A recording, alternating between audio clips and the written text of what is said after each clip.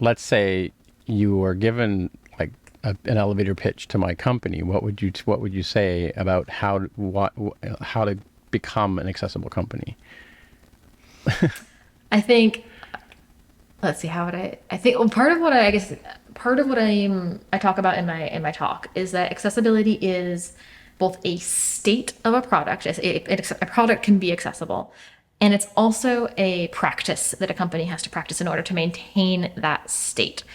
And so, any company can hire contractors, can hire people to come in and make a product accessible one time. But if you as a company actually want to build an accessible product, then you need to have a practice of accessibility. It needs to be part of how the product is developed.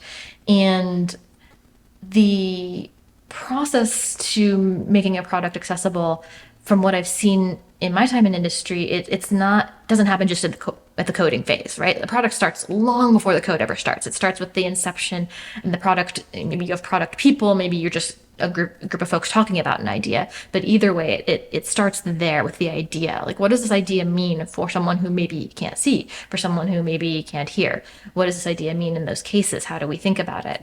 And then it goes through every phase of the product, right? It goes through the design, it goes through the implementation, of course, the code itself, it goes through the QA process, the feedback that then comes in. How do we handle that feedback? How do we think about it?